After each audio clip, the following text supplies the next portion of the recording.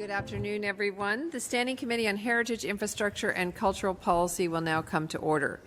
We are here to conduct public hearings on Bill 136, an act to amend the Greenbelt Act 2005 and certain other acts to enact the Duffins Rouge Agricultural Preserve Act 2023, to repeal an act and to revoke various regulations.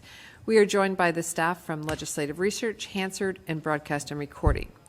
Please wait until I recognize you before starting to speak, and as always, all comments should go through the chair. Are there any questions before we begin? Appearing today is the Minister of Municipal Affairs and Housing, the Honourable Paul Calandra. He will have 20 minutes to make an opening statement, followed by 40 minutes for questions and answers, divided into 2 rounds of 7.5 minutes for the government members, 2 rounds of 7.5 minutes for the official opposition members, and 2 rounds of 5 minutes for the independent member. Are there any questions? Seeing none, I'll ask the Minister. Welcome, and you have 20 minutes for your presentation, and you may begin. All right. Thank you. Thank you so much, Madam Chair, colleagues. I'm pleased to be here to provide the Standing Committee on Heritage, Infrastructure and Cultural Policy with important details about our government's proposed Statute Law Amendment Act 2023. The proposed Greenbelt Statute Law Amendment Act would amend the Greenbelt Act 2005, the Oak Ridges Moraine Conservation Act, the Ministry of Municipal Affairs Act, and would enact the Duffins Rouge Agricultural Preserve Act 2023. This piece of proposed legislation shows our government is following through on our commitment to restore lands to the Greenbelt and the Oak Ridges Moraine. Even more than that, this bill would enhance the protection of those lands and expand the Greenbelt area. So along with Bill 150, the proposed Planning Statute Law Amendment Act 2023, which I introduced earlier this month, these proposals show that our government is dedicated to achieving our goal of building at least 1.5 million new homes by 2031 in a way that maintains and reinforces public trust, and of course is sensitive to the concerns of communities across Ontario. Now, if passed, Bill 136 would ensure any future boundary changes to the Greenbelt area must be made through a public and transparent process. It's because, as you know, Madam Chair, Bill 136 would codify these boundaries into legislation, meaning that in order to make boundary changes, any future government would need to bring legislation to the House, which of course ensures a more rigorous and higher level of scrutiny and debate. We are proposing these additional protections because Ontarians have made it clear they want an enhanced level of protection across these lands. One of the purposes of this bill is to return 7,400 acres or 3,000 hectares of farmland and natural areas back into protected region of the Greenbelt. The land consists of 15 areas removed or redesignated from the Greenbelt and Oak Ridges Moraine in late 2022. The parcels of land are in 10 municipalities, and these communities are Ajax, Clarington, Grimsby, Hamilton, King Township, Markham, Pickering, Richmond Hill, Vaughan, and Whitchurch-Stouffville. Our proposed legislation would keep in the 9,400 acres or 3,800 hectares that our government added to the Greenbelt in 2022. Now, these lands include 13 urban river valleys, which are obviously referred to as URVs, and these are in Stony Creek, Wilmot Creek, Sauper Creek, and Bowmanville, Harmony Creek, which includes the addition of Darlington Provincial Park that is partially located in both Oshawa and Clarington, an expanded URV for the Oshawa Creek, expanded URV for 14 Mile Creek in Oakville, an additional URV created for the Don River in Toronto by adding Burke Brook, Wilkett Creek, and Taylor Massey Creek, and an expansion of the Urban River URV by adding Humber Creek, of the Humber River, URV by adding Humber Creek and Black Creek. We also want to restore protections brought to some areas through the Duffins Rouge Agricultural Preserve Act 2005. Specifically, we propose reinstating the easements and covenants provided for the Duffins Rouge Agricultural Preserve. The Duffins Rouge Agricultural Preserve easements are grants from a landowner to a conservation body, and covenants are legal agreements between them. Both the easements and covenants restrict development by limiting the use of land to agricultural uses. Their restoration will recognize the importance of the agricultural lands in this area and would ensure their sustainable use for present and future generations. An important aspect of this bill that I want to speak to you about are the immunity provisions. The legislation would include measures to strengthen the province's immunity from landowners attempting to seek damages based on actions related to the Greenbelt. The intent of these measures is to ensure there is no impact on taxpayers for restoring these parcels of land to the Greenbelt. These changes would ensure that the immunity provisions are aligned with more recent provisions in other legislation. And it would provide express immunity from personal liability for the Office of the Provincial Land and Development Facilitator. As well, the proposed provisions would expressly limit all liability with respect to the Miniature lands, including any liability associated with prior claims or the 2022 settlement of litigation. Overall, this aspect of the proposed legislation seeks to address not only the Crown's ultimate risk of liability, but also reduce the practical risks and costs of litigation claims. Now, Chair, if I may, I'd like to also talk briefly about the provisions of the Greenbelt Act that mandate a review every 10 years. We are looking at making some changes to how this review may take place in the future. We want to remove any politics from the review and put it back into the hands of conservation, agriculture, and environmental experts, nonpartisan experts. And through the engagement with municipalities and thorough engagement, with municipalities and Indigenous communities. Once final, the experts' recommendations would be provided to the Auditor General and the Commissioner of the Environment to ensure the review process was both fair and guided by recommendations to improve the process. We will be sharing more details on the review with the public very soon. As you may know, the Greenbelt covers almost 2 million acres in total, or 800,000 hectares across the Greater Golden Horseshoe. This protected land area has many different uses. It contains agricultural, working lands, old-growth forests, wetlands, and, of course, moraine lands. It is used for farming, conservation, recreation, and tourism. And let's not forget that not only is it within Canada's most densely populated region, it is also within one of North America's fastest growing regions. We are looking at an area with a population forecasted to exceed 15 million people by 2051, which I don't have to tell any of you is a staggering number. So that means building a lot more homes as quickly as possible. That means we're going to have to look at how we can build a lot more homes as quickly as possible and live up to our commitment of 1.5 million homes by 2031. We have seen over and over and over again how important that goal is. So we welcome thousands of people every year to the province who are coming to help build a bigger, better, and stronger Ontario. At the same time, we have generations of people in Ontario who have benefited from a province that offered their parents endless opportunity, but who now find themselves wondering whether the dream of home ownership will ever be a reality for themselves. And these are people who are saving money and working hard. They're doing everything that is being asked of them. But the reality is that as a result of decades of inaction from previous governments, we have not been building houses at a pace that allows people to achieve their dream. Our government is going to and is changing that. We're doubling down on our efforts to ensure more houses are being built. But we obviously can't do it alone. We must do it in partnership with our municipal friends. This proposed legislation, along with Bill 150, gets us back on track with municipalities. It shows that we are listening. Since the beginning of our mandate, we have put forward numerous measures to increase the supply of housing. We've done this by encouraging increased density through Bill 23, the More Homes Built Faster Act, and we've worked with municipalities to remove red tape and eliminate duplication in the planning process. What's more, we've announced the expansion of strong mayor powers to heads of council who have committed to the housing targets provided by the province. And we've proposed revising the definition of affordable rental units through Bill 134, the Affordable Homes and Good Jobs Act, to reduce the costs of building much-needed affordable units.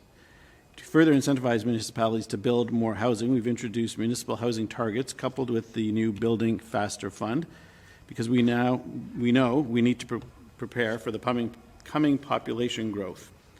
Growth that is, in fact, frankly, already here. In just the next 10 years alone, Ontario is expected to grow by more than 2 million people. and we expect about 70% of that growth to take place in the Greater Golden Horseshoe, which is already one of the fastest growing regions in North America. We've done a lot of work with municipalities to build more homes, but we must make it easier to build the housing needed to accommodate the anticipated population growth. That's why in our third Housing Supply Action Plan, More Homes Built Faster, we introduced measures to encourage the creation of up to 3 units on most urban residential lots. For example, that could be a main residence, a basement apartment, and a laneway house. This means enabling these additional housing options on residential lots where neighborhoods already exist and without lengthy planning approvals and development charges. This increased density will accommodate extended family members and increase the mix of rental housing options. Not only that, but it would also help homeowners pay their mortgage. And as you know, Madam Chair, interest rates have increased very rapidly in a very short period of time. I also want to point out that these additional housing options will be located where housing and infrastructure already exists. This will make it easier for people to live closer to their families and workplaces. However, it will take both short-term strategies and long-term commitment from all levels of government to drive this change. And we must keep in mind that as we make it easier to build housing, we must keep that in mind as we make it easier to build housing, We must continue to ensure municipalities are planning for sufficient land supply over the long term to accommodate even more growth. One way we are doing this is through our More Homes Built Faster Housing Supply Action Plan, which is working to streamline responsibilities for municipal planning and remove duplication in the planning process. That will help cities, towns, and rural communities grow with a mix of ownership and rental housing types that meet the needs of all Ontarians. That means a range of housing types, from single-family homes to townhomes, mid-rise apartments, and that's just from one of our housing supply action plans. Since 2019, we've released 4 action plans, all of which take significant action to unlock even more housing. Our government's previous housing supply action plans, along with the significant measures we've taken thus far, are having a positive impact on housing supply. We've made very significant progress. Both 2021 and 2022 saw the most housing starts in over 30 years, with close to 100,000 housing starts recorded in each year. And in 2022, Ontario recorded close to 15,000 purpose-built rentals, which is the highest number on record. We need to take even more steps, however. We have to encourage our municipal partners to aim higher, and we need to ensure that we meet our goal of 1.5 million homes by 2031. And that it's going to obviously take all stakeholders, including the federal government and municipal partners, along with the not-for-profit private sector, including financial institutions, if we're going to get the job done. I want to talk about a recent incentive we've introduced to encourage municipalities to build faster. The new Building Faster Fund, which is a $1.2 billion fund that will provide up to $400 million per year to municipalities that meet or exceed their annual housing targets. It will provide financial support for municipalities that they can direct toward housing-enabled infrastructure and other related costs that support community growth. So obviously investing in housing-enabled infrastructure is the key to unlocking even more of Ontario's housing needs. And with that, Madam Chair, I will conclude my remarks and turn it over to the committee for any questions they may have. Thank you very much. The round of questioning will start with the official opposition, and I'll go to MPP Shaw to begin. Thank you very much, Chair, and thank you very much to the Minister. In response to my question in the House, where I asked why you were only giving yourself the opportunity to depute before the committee, using up the entire hour, which was a disappointment to some of the people in the room. You did say that you were a very entertaining guy, and I'm wondering if the people here, we'll ask them if they feel the same when we're done here, but we do have here people that have come from Friends of the Golden Horseshoe, that represents people like David Crombie, Lynn Morrow, Susan Lloyd-Swale, Kevin Eby, Ken Greenberg, David Israelson, and Victor Lloyd, and we also have people from Stop Sprawl Durham, the Rouge Duffins Coalition, we have the Greenbelt Promise, and Wellington Water Watchers. So there's a number of people here today because, as you have said, Ontarians are rightly made clear that they want the 2 million acres of the Greenbelt to be protected, and so that's why we're here. But as you know, and while I do appreciate, you discussing the plans for building the housing that we need in the province, I think that maybe we've skipped a step by talking about how we got here and how the Greenbelt lands were disrespected, if you will, and the people of the province of Ontario were disrespected by some of the unilateral decisions that you made. So I just want to start by asking you, like these lands are being restored because they are environmentally significant. And I'm going to ask you in a minute, despite what you said, do you now, believe that those lands continue to be environmentally significant? And if you can talk about what ways that you think that they are environmentally significant. And I also, because I know once you have the floor, it's hard to get it back from you. I've seen you do very well answering questions, and I know I'll be challenged to wrestle the floor back from you, but I'll do my best, right, because we only have a few minutes here.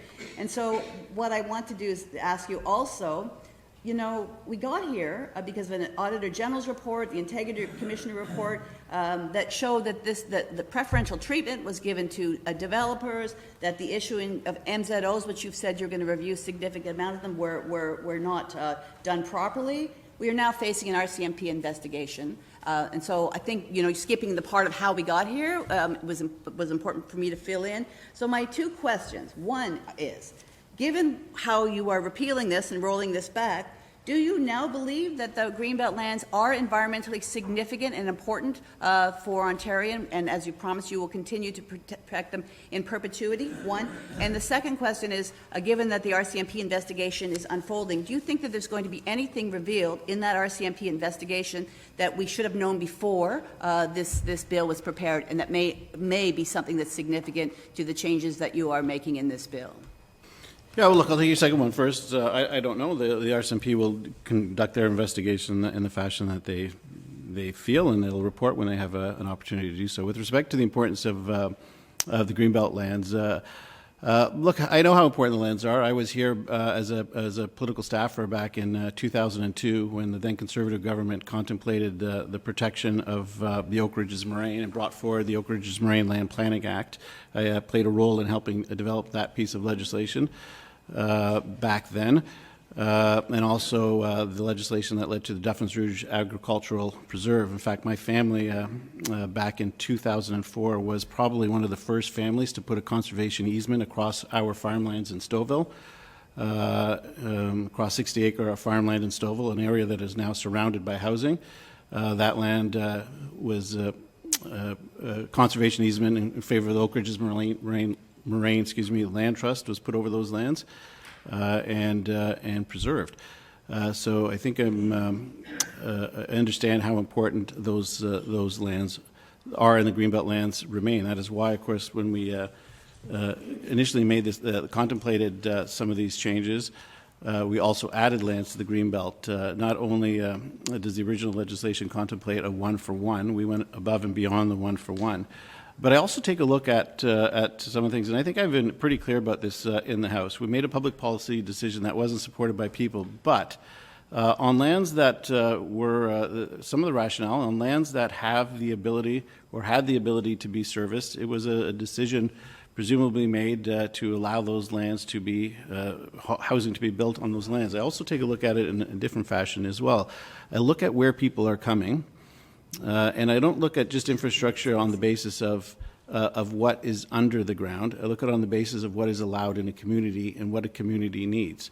So on those basis, when I look at the fact that the population was growing as quickly as it is, and I welcome that. I mean, I wouldn't be here if we were in a country that welcomed people. Those were the factors that we looked at. But it was very clear that the people did not support that public policy decision, so that is why we're here today. We're reversing that. But also, and I'll give the floor back to you, as I've said over and over and over again, we're going to meet those targets.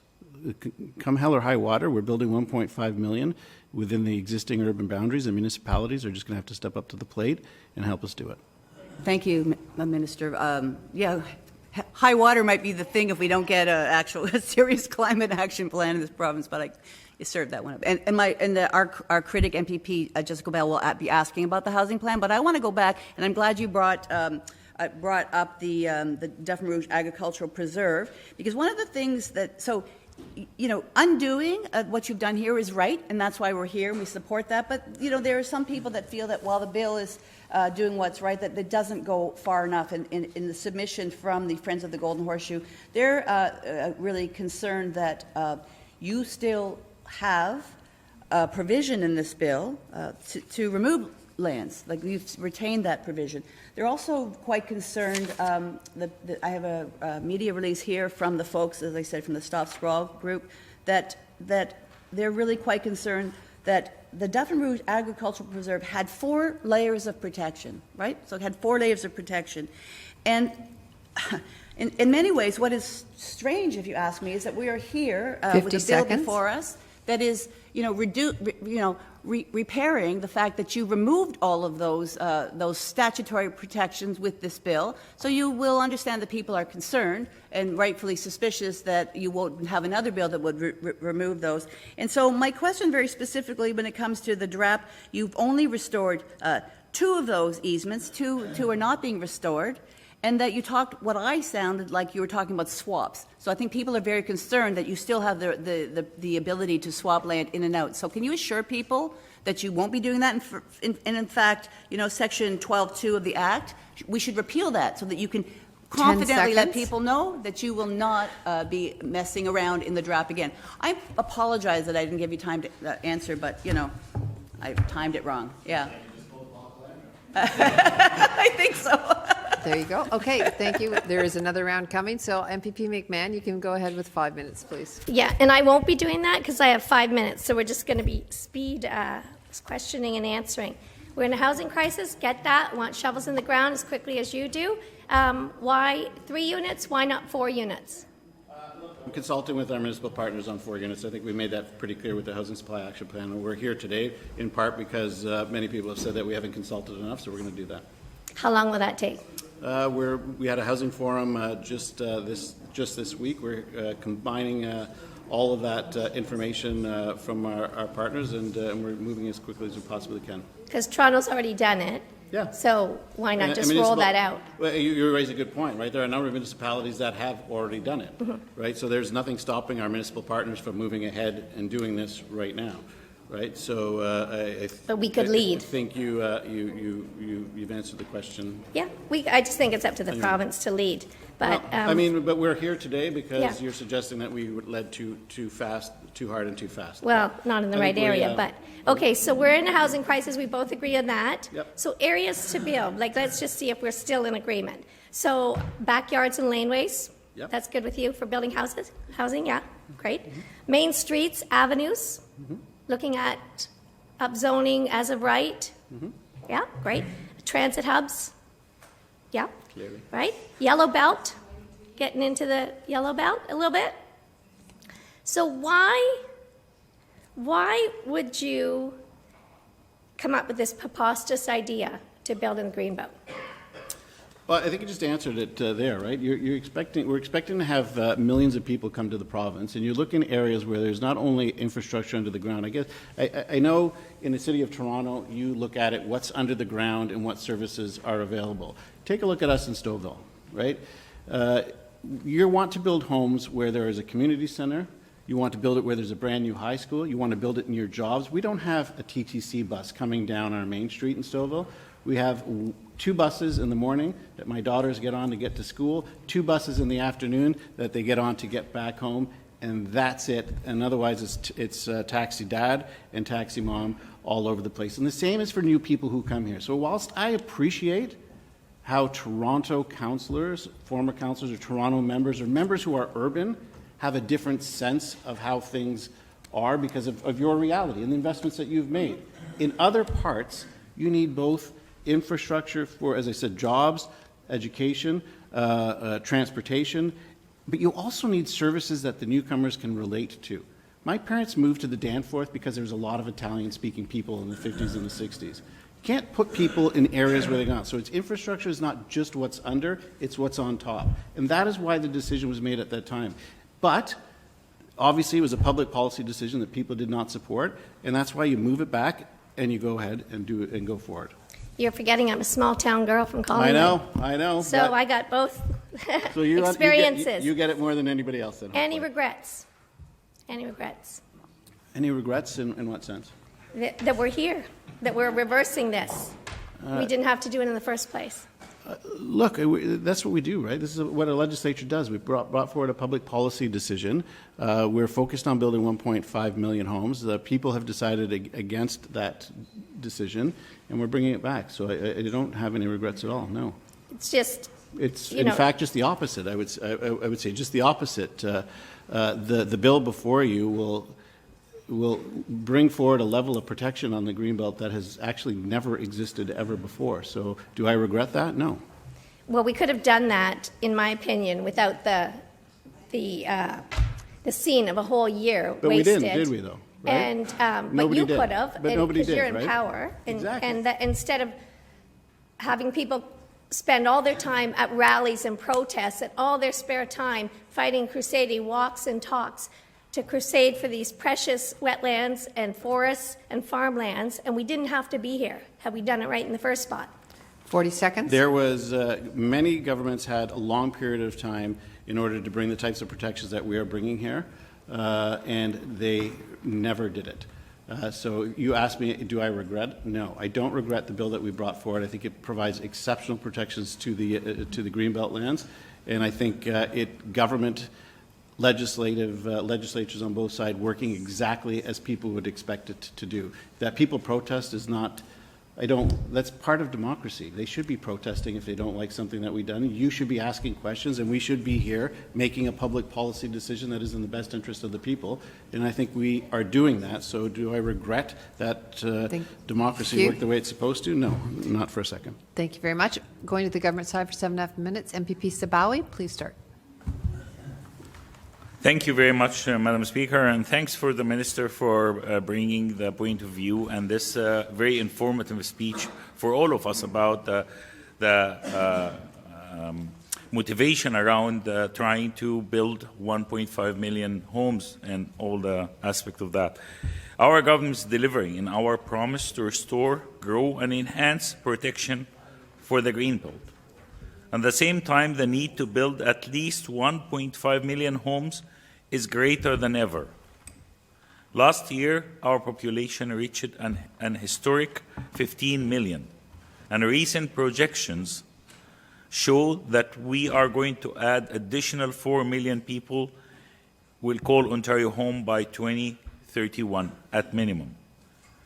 Our government has a responsibility to ensure that our largest and fastest growing communities are prepared for the growth and has the existing housing and infrastructure to support current residents as well.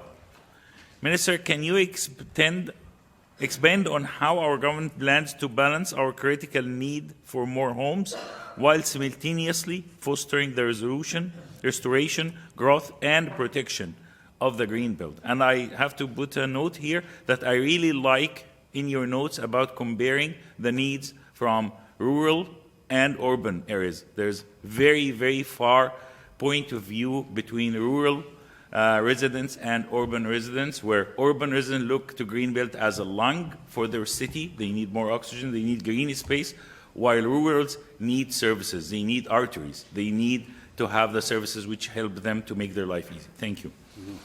Okay. Well, look, let me say this. Like I've said it, and I'll say it over and over and over again.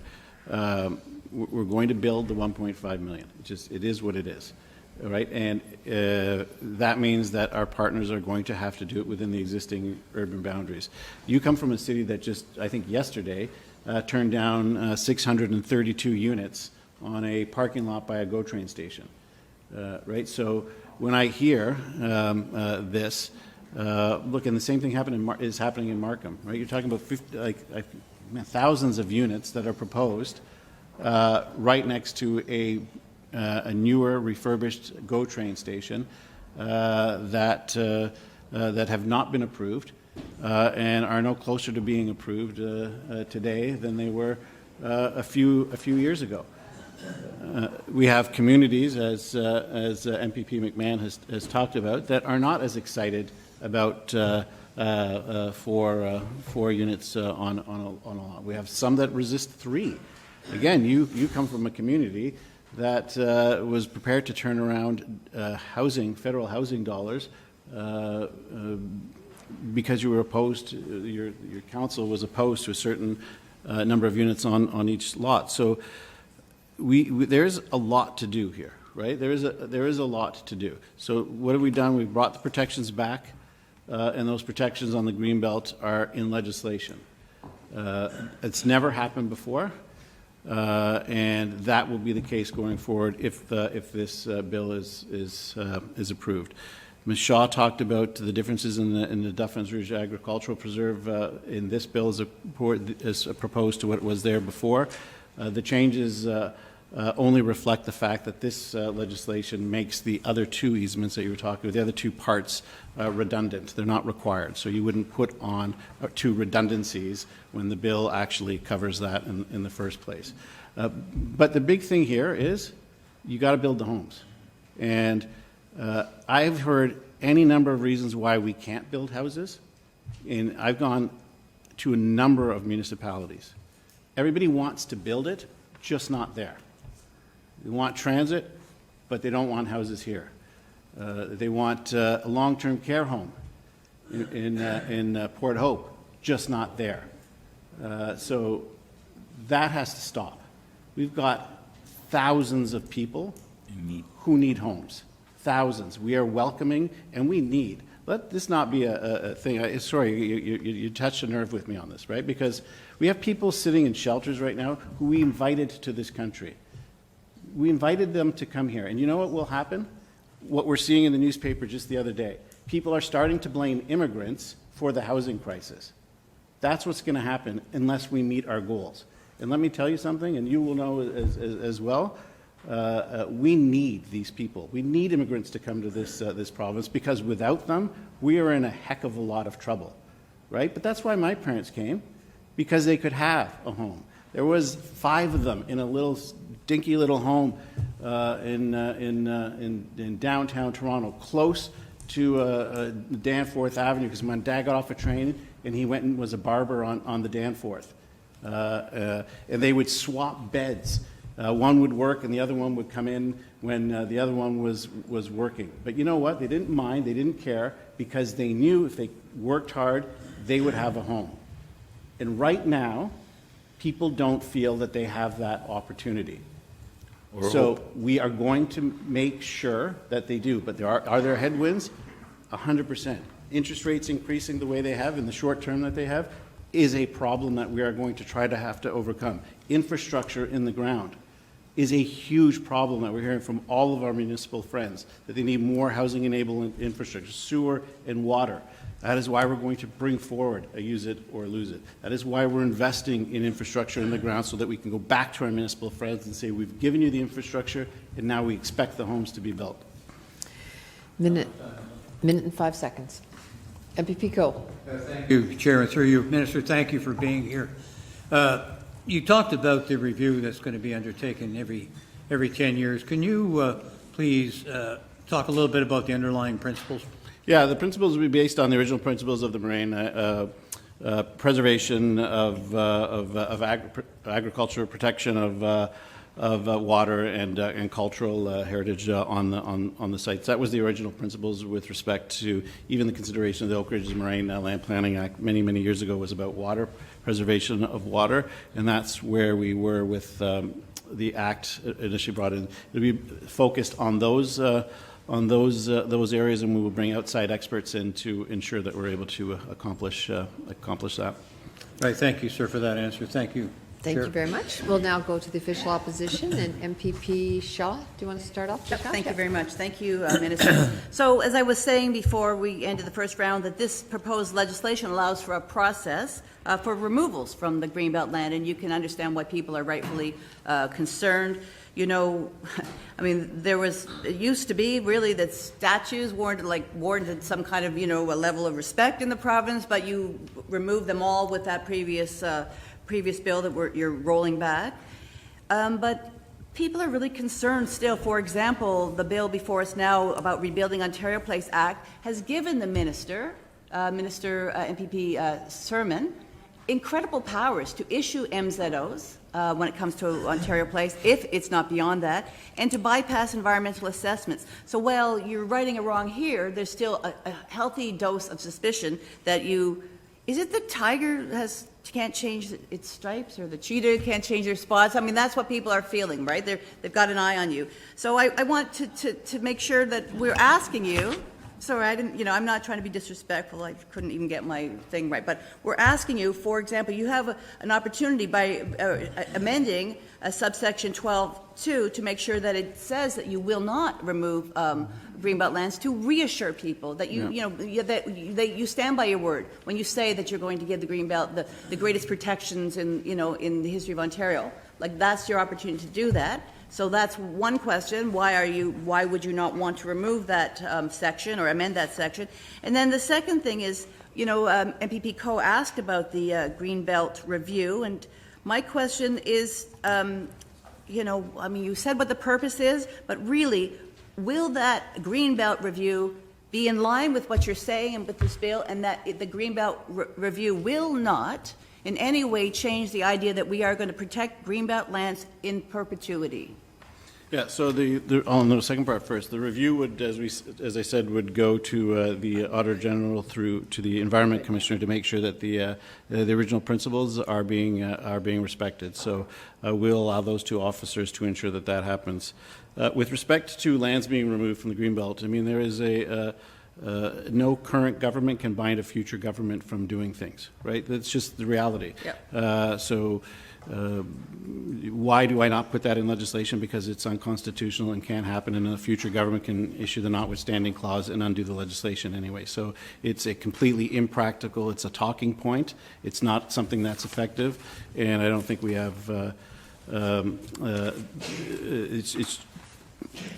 again, I don't want to accuse you of just giving a talking point. I understand why you've asked the question, but the reality is it just can't happen. It's just not something that could, a protection that could be added over. But that's why we've added, it has to come through a legislative piece in the House, which then has to incur debate, which has to then, of course, be on the registry and through committee and all of the other processes that would go with any future government's desire to remove. Thank you, Minister. I'll get to cede No my problem. time to MPP Bell, please. Minutes and 10 seconds. Thank you so much. Thank you so much for coming here. I also want to thank the many individuals who have taken their time to come and listen in this committee. It would be preferable if you were able to speak and give testimony and share your expertise and your experience to this committee as well, but that is not to be. But what I can also say is this. There is a piece of legislation here that is geared to protecting the Greenbelt.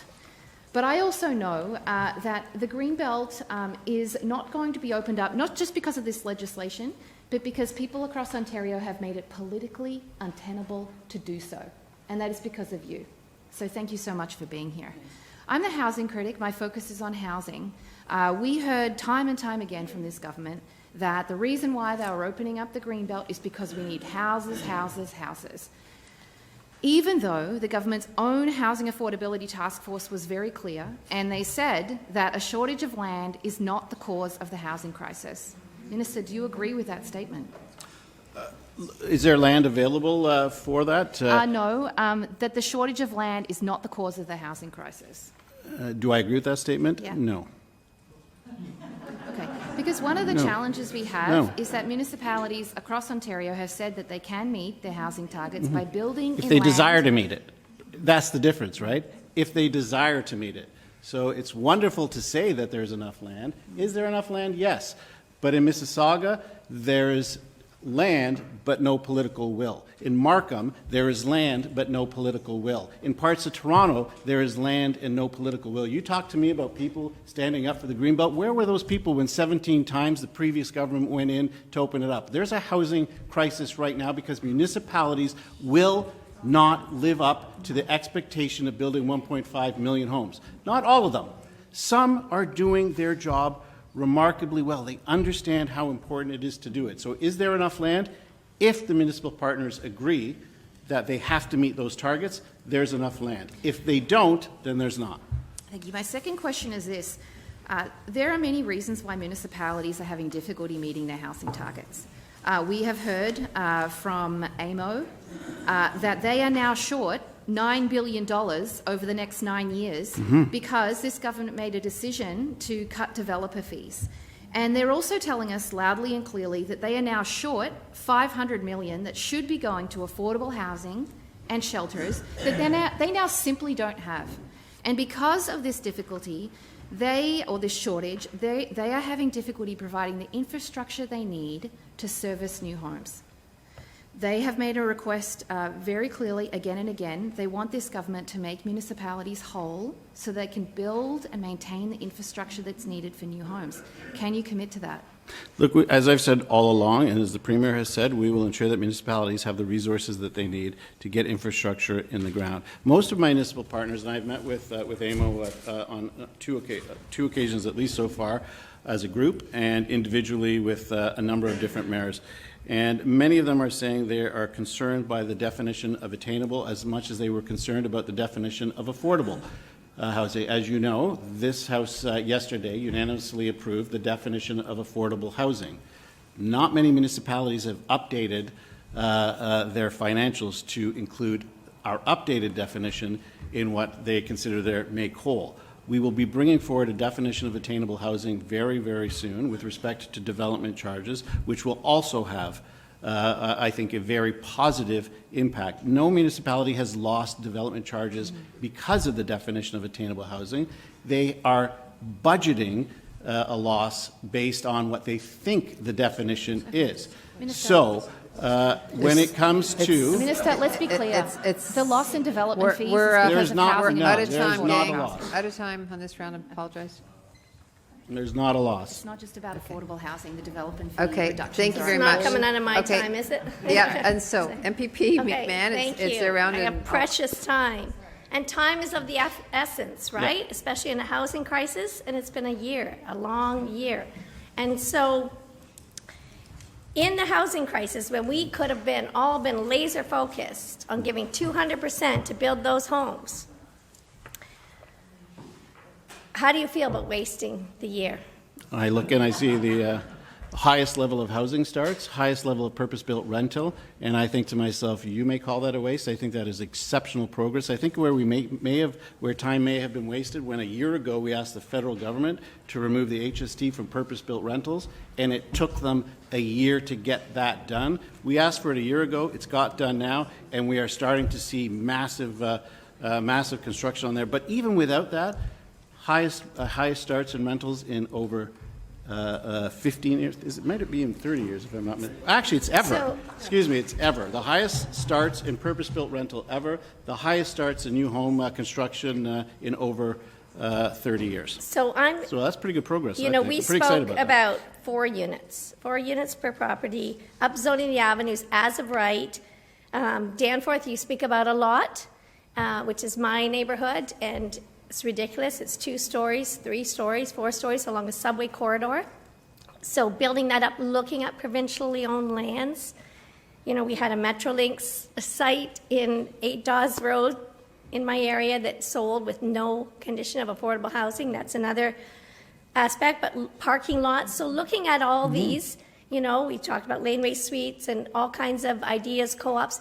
So can you be bolder and braver and more creative in building Yeah, so housing? the bill that is before the House right now with respect to the New Deal for the City of Toronto includes a commitment by the City of Toronto to provide access for affordable housing on surplus City of Toronto properties. I mean, you were there for a while at City of Toronto too, and I think you And I probably pushed through as much pushed, as but you I probably didn't could. get as much as you probably would have Well, liked, right? But I did in my area.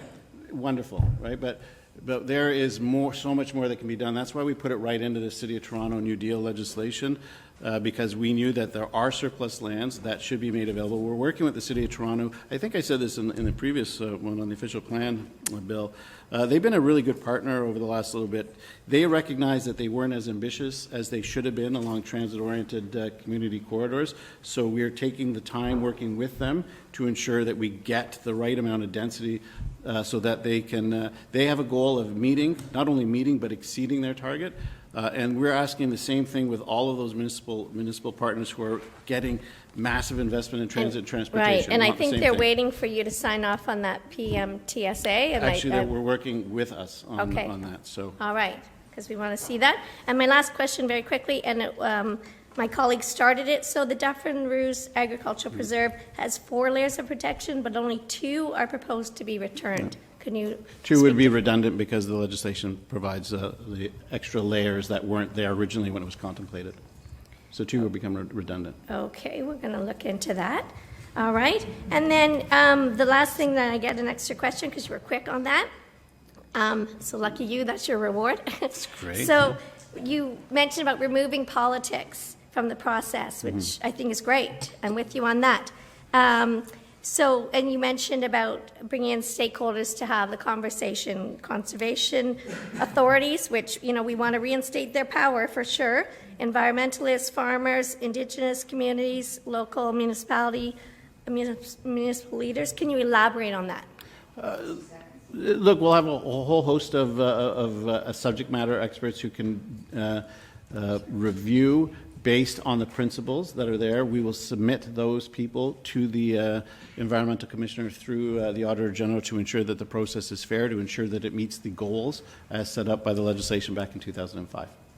So you'll be all ears and willing to work together. That's what the legislation is very clear on. It's the first time that this type of review has been will be codified. It's the first time that the protections will be codified in legislation. It's the first time that a government will submit this to the Environmental Commissioner. It was a Conservative government that brought in the Oak Ridges Moraine Land Planning Act. It was a Conservative government that created the Ministry of Environment.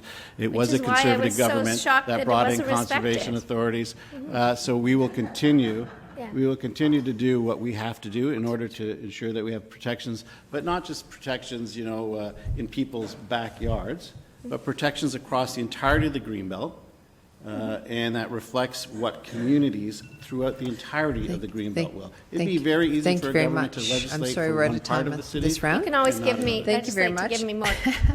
I know we're all enthusiastic, and You just can get me in the House. Just I'm a on friendly House duty today, reminder, so. also for our observers here today, just to not participate too fully. So, but I know we're all okay. So we'll go to the government side for the final round for 7.5 minutes. MPP Kusindova Bashta, please. Thank you so much, Madam Chair.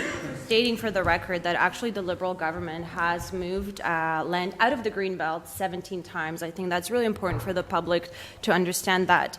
And this legislation is providing more protections for the Greenbelt land through legislation and also regulation. And in fact, we're adding more land into the Greenbelt.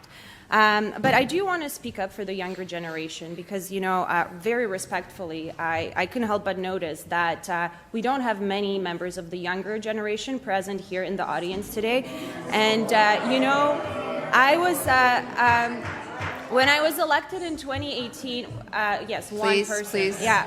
I have was to keep- elected in 2018 as one of the youngest females in Parliament, and today at age 34, Okay, please. I am. I think it's important that we have Okay, young just a sec. people. I'm MPP Cushin. I just want to remind everyone that's here with us today, we just have to keep the noise down so that the members can ask the questions and answers are received. So just like in the chamber, we have to be quiet in the galleries. Thank you. Please And continue. thank you. And since saved the your time. opposition does not speak up for young people, somebody has to. MPP Shaw has point of order. That is clearly impugning motive is something that we don't allow in the House, and I believe the committee has the same rules, and so I think that's my point of order. And also, It's not it's a valid- enough with MPP Shaw, thank you very much. It's not a valid point of order. MPP Shaw, thank you, everybody. I can use a gavel more if you all want, but, okay, not a point of order. You're out. Okay, So- MPP Kusindova. So just to go back, I'd like to speak up for the younger people, my generation, who are currently being completely priced out of the housing market. And I will give you my example. I came to this country as an immigrant, and my mom, who is a single mom, raised me. She was able to afford a home in Mississauga back in 2002, where the average price of homes was around $241,000. Today, in 2023, that same home, the average price of a home in Mississauga is about $1 million. So someone like me, who has a very good salary, is working very hard, is educated in the Canadian educational system, as a single woman, I would not be able to put down a down payment and get a mortgage for that same home. And so young people are being priced out of the market because we don't have enough homes that are available to buy. So, Minister, why is it important that we continue increasing housing supply and take action to ensure that young people like me are not living in their parents' basement and can actually attain the Canadian dream of home ownership, which has become out of reach for so many young people and newcomers and visible minorities in a city like mine of Mississauga? Yeah, and the reality is too, even for many young people, even if they have the down payment, they still can't get in, right? With the increase of interest rates in such a short period of time, it has priced out so many people from the housing market. Look, and sometimes I get in trouble with it, but it is what it is. You know what? My dad died when he was 48 years old. My mother was 39 years old and had 4 kids. If they wouldn't have been able to accomplish what he was able to accomplish, them together, we would have had a much different lifestyle and upbringing, because they had the ability to do what your parents or your mom was able to do. They had the ability to buy a home. And you know why they had the ability to buy a home? Because thousands of acres of land were made available for housing. Millions of acres of land were made available for housing. I have heard time and time and time again, wartime housing, wartime housing, wartime housing. Look at that, look at that. Wartime housing was brought throughout Canada in areas of this country where there was not on farmland, ostensibly, because that was what we had to do to bring the soldiers who were coming home, the millions of people that were being invited to come to this country to help build Canada. That's what we had to do then. Right now, what do we have to do? We have to, and it's not funny. I love people who laugh about it, right? They laugh about it, right? The young people getting out of their parents, like it's out of their basement, like it's funny. It's not. It's not just young people. It's new Canadians who come here. And where are they? They're in basement apartments somewhere working 2 or 3 shifts a day to try and make rent. That's the people that we have to try and help. So it might be funny to some people who have the benefit of a home right now, who put obstacles in the way of other people owning that home. I can tell you it's not funny. It's not funny for the guy who works at the Petro-Canada station. He's from India. He works 2 jobs. He works at Petro-Canada at 7 o'clock in the morning, and at 5 o'clock at night, he goes to the Circle K and works until midnight. And then he does his online schooling. He has his family living in a basement apartment in Stouffville because that's all he could afford. He's far away. There is no Gurdwara for him there. He's far away from family and friends because that's all he could afford. I don't think that that's acceptable in our province. I don't think that's why people came here. So when people find it funny, I find it insulting, and I say very clearly, I will remove obstacles. I will get the job done. We will build 1.5 million homes, even if people think it's funny and want to avoid that happening because they already have the dream. For them, it's a reality. That's right. For them, it's a reality. I don't find it funny. I worked hard. My family worked hard. They have the Canadian dream, and I'm going to make sure that everybody else has it, whether the opposition supports us or not, or whether people find that funny.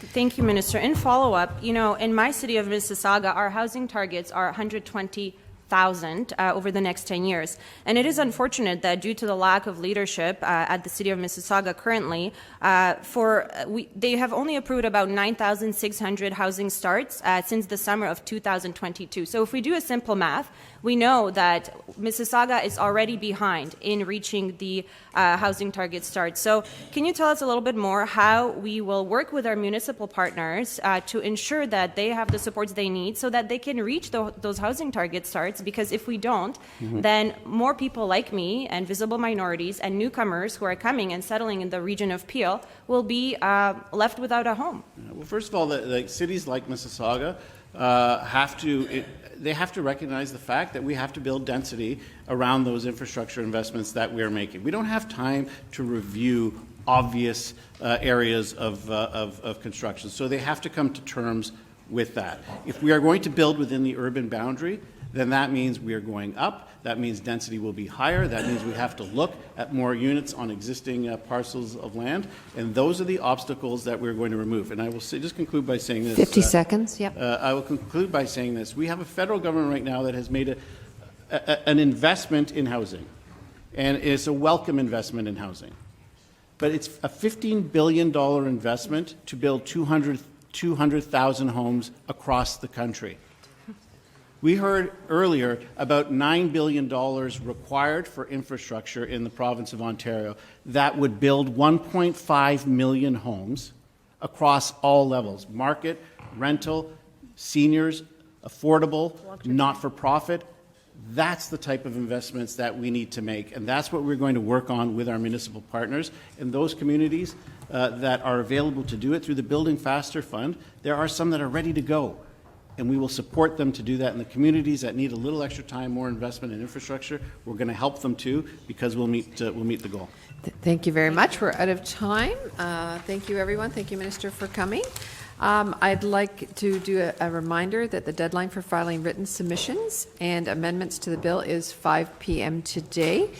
Is there any further business? MPP Ray. Thank you, Chair. I move that the committee enter closed session for the purpose of organizing committee business, and then also recess for 10 minutes for our colleagues to leave. Sorry, Triple One. Okay, so is there any debate on the motion at all? No. The 10-minute recess, and then there's then come back on camera. Yes, for further business.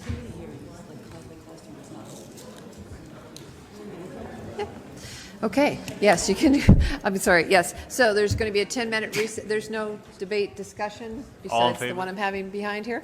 All members ready to vote? All in favor? All right, I declare we have a 10-minute recess, Sarah.